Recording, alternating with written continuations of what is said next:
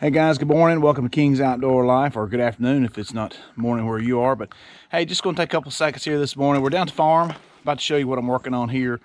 We're going to bush hog everything. We've got a little group coming here next weekend, but just going to let you know we're at 97 subscribers, so we're pushing to get to 100 subscribers with this video.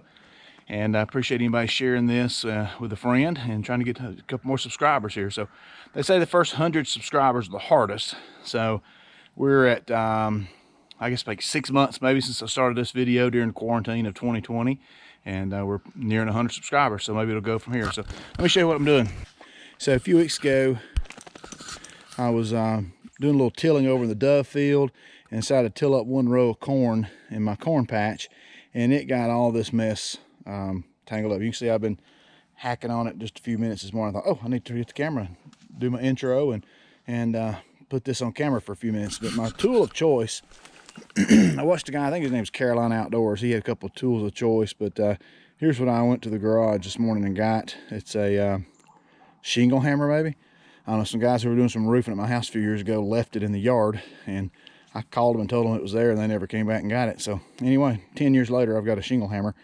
I guess it's a shingle hammer, but anyway, so I've been hacking on this thing with this, and it's coming out. It's just taking time. I was afraid it was going to be really hard to get. Let me get this stuff off, but it's not too bad. Just kind of have to pick through it and rotate it, pick through it some more and rotate it. And the key is you don't want to get all gummed up in this side right in here. So I'm going to try to maybe get the little food plot over there. I may till it up today if I get everything done that I need to get done. That's kind of down the list on the agenda. It's not going to rain anytime soon. So anyway, I'll turn this off. I'm sure you don't want to watch me pick through this, but you can see it's coming. It just takes a bit to pick through that. And like I said, you just want to make sure you get to that bearing up in there and make sure you get it out of there. So anyway, I'm going to pick through this. We're going to put on a bush hog and go to town. So the rest of this video is just tractor work. I probably should have split my entire day up and videoed everything, and I could have made about 5 videos out of all we got done today. But I'm just gonna do snippets of each thing I did and run them on 4x speed and let you listen to a little music and watch tractor work if that's what you like to watch. But anyway, this is just bush hogging. We end up bush hogging our entire end down here, which is probably, I don't know, maybe 2.5 acres of grass we cut on this end, and I bush hogged up some around my parents' house in the cornfield, and I'll do a little show you that and talk about that in a second. But anyway, let's let the video run. This is just bush hogging here by the creek, and I did everything below the driveway, and kind of the hard parts was back up, forward, go back, go forward, and then my wife was kind enough to get on the tractor and do the big flat open spaces while I moved trailers around and did other things that had to be done. So like I said, we could have made 4 videos out of all we did today, but just one. Hope you enjoy it. Thanks for watching. Click like, subscribe, and share with a friend.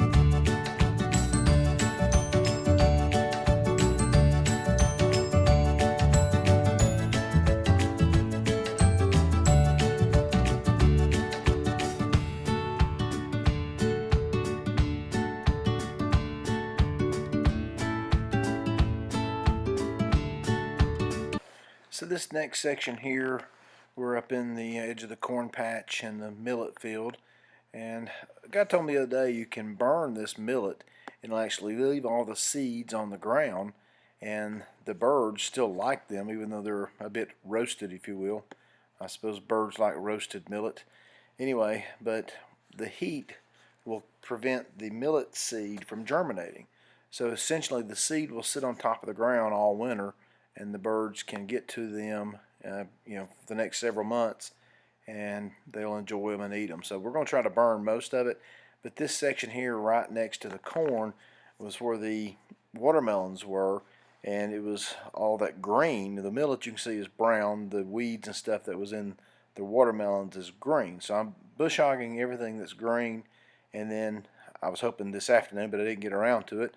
Maybe tomorrow we'll get around to burning that millet. So I'm taking out about 1 row of corn here and all the weeds and everything that was just above the corn and the edge of the millet. So you can see the sun's at a kind of a bad angle when I turn around and go back away from the sun. I hope the camera is not too terrible bad, but anyway, making some progress here this morning on this, and then we'll shift gears and I'll give you some more play-by-play in a second.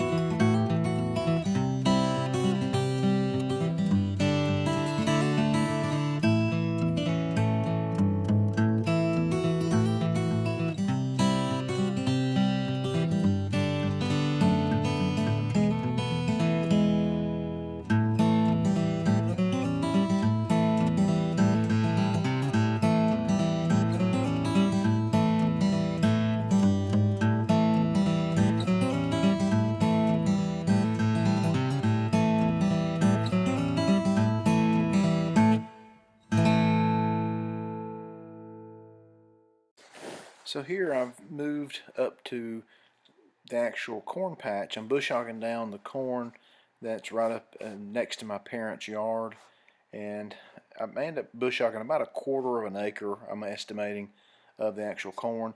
Most of the birds we've had at opening day and the next week or so on our dove field, which is just through the woods here, have actually moved south and are gone. So I'm hoping by putting a bunch of extra food on the ground here right below these high lines that I guess traverse across our property here, maybe we'll get some new birds to come, and they fly these high lines. These are high transmission power lines, and these birds fly those lines. They use those as flight paths, so I'm told. But anyway, putting a lot of food on the ground under that power line, the idea is they'll fly those along the way and see lots of free corn laying on the ground and stop and check it out and bring all their friends. So that's what we're doing here. This is again about 1/4 of an acre. I'm going to leave most of this standing for the deer. We're going to pick a bunch to leave on the cob and feed the cows, feed the deer in other places, feed ducks and various things there. So, but this area right here, we're going to try this again, creating a buffet for dove.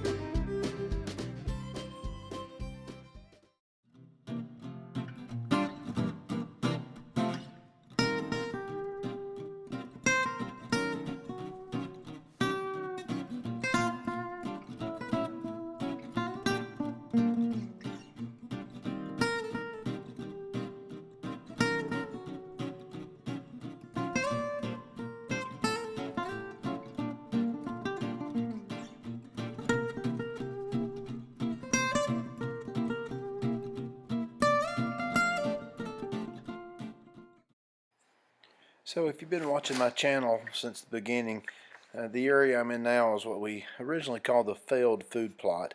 It's at the end of the dove field right against the woods where the deer kind of transition, and it's very poor soil, but I did a very poor job planting corn here first and it failed. But I came back with millet and the millet did great, And basically I'm going to leave the millet. We've had some sightings or spottings of some wild quail, some people have said. I haven't seen them, but anyway, some people say they've seen a covey of wild quail. So I'm going to leave this millet here in this corner for them. Just going to leave it standing to give them some cover and something to eat this winter. And I'm bush hogging down the rest of it, and I'm going to come back in a minute and till it up, and then I'm going to plant some, some sort of mustard greens, collard greens, turnip greens, whatever I can find the cheapest type of greens to plant here for the deer to have a little food plot. Last night I put out the deer camera, put out some apples for them to try to get an idea of what we've got using this corner, and just in the woods there is where the camera is set up. And 30 minutes after that I saw 2 does come across down by the other end, so they came right from that area. So hopefully we're getting some deer using this area. They've got to like all the corn and everything we've got planted for them. So anyway, hopefully we'll get some good pictures from the deer camera to show you here in the coming days and weeks. This next section here is, I decided to cut a new trail. I had the trail that went along the back edge of the woods, but it went all the way down to the corner. But I kind of wanted another trail that came in a little lower, like down the hill. So I kind of cut one here, traversed the hill, going down the hill at an angle so it's not as steep for the golf cart and stuff. But you kind of have to pick your places of getting in between the mature trees and just cutting down those little saplings that you see along the way. So anyway, I made 2 or 3 passes on this and got a pretty good trail. I was real pleased with it. I think I'm going to work a little more in the next week or so to maybe do one all along the creek all the way up. I just like to have several ways to get across this scope of woods here, and also thought I might do a little hayride for the young kids for our Sunday school class. I teach the young adult Sunday school class, and we've got about 15 or 20 small kids that I was thinking we could do a little hayride through the woods, and I think they would love that. So anyway, we may do that. So we're going to get these trails worked on a little bit here in the next couple of weeks before Halloween.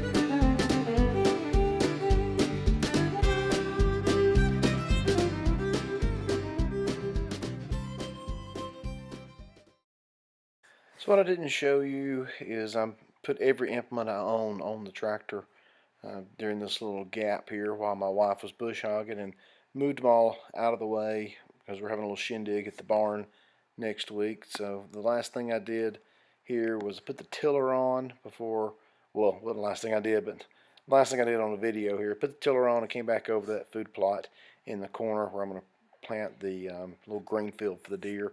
So just put the tiller on. It didn't do a great job because I just, bush hogged it, so a lot of that grass was there and wet and clumpy. But anyway, I believe it'll be enough to at least get the food plot planted. It doesn't take a lot. It just needs some place for those seeds to land on the ground, and we'll get this planted and hopefully can show you some progress of how that's coming.